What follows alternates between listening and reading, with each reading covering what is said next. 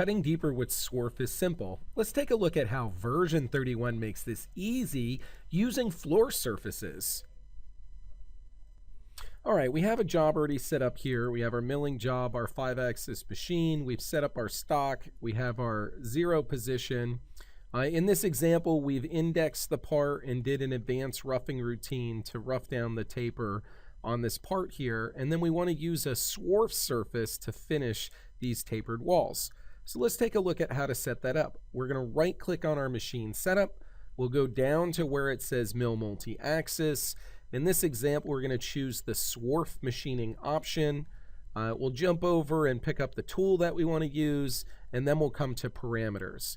Now, to define the surfaces for Swarf, we'll click this button right here, and then we'll select the surfaces that we want to Swarf machine. Swarf machining is a tool path that uses the side of the tool to machine surfaces, and the software will tilt and rotate the part accordingly to keep the side of the tool in contact with those surfaces. Once we've selected those surfaces, we can just click compute and we'll see a Swarf surface has been generated. Now, what if you want the tool path to go deeper than the edge of the part here? How do you accomplish that? Well, actually, it's pretty easy. What I've done is I've drawn a floor surface here for how deep I want that tool path to go.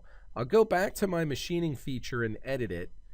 Okay, we'll go to our parameter settings, and where it says floor surface, we'll just check that on, and then we'll select this button here, and then select the floor surface we want to cut to.